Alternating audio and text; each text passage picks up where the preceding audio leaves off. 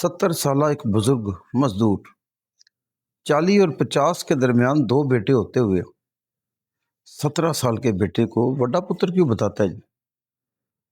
लेन then के कोई मामला होता है, बेटी की जुबान देनी है, शादी की तारीख देनी है, बड़ा पुत्र बैठेगा जी। 17 साल का बच्चा बैठता और जुबान देता, कोई वजह तो होगी। ये छोटी सी वीडियो दोस्तों पूरी देखना, एक खजाना हाथ में आएगा।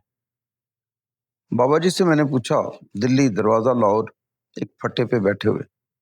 मैं कहा बाबा जी निक्के पुत्र हो तुसी बड़ा पुत्र आखदे हो? कहते हाँ यार बड़े बैठे ने, इन्होंने पूछ। उन दोनों ने भी सर हिला दिया। वो शक्करगढ़ से थे। कहते हाँ जी बिल्कुल बिल्कुल।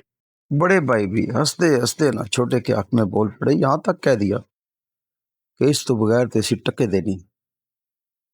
मैंने सवालिया अंदाज से बाबा जी की तरफ देखा। बाबा जी कहते हैं ओ पुत्र दे काम वड्डे ने।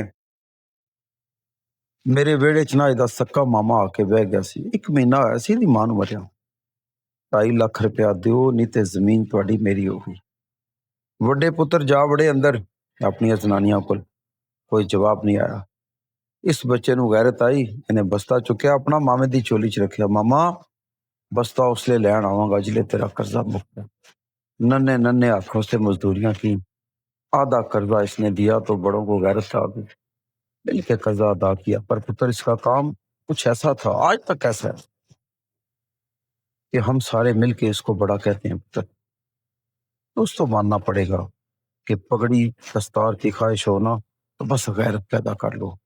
ये दस्तार खुद ब खुद चल के तुम्हारे सर तक आ जाएगी।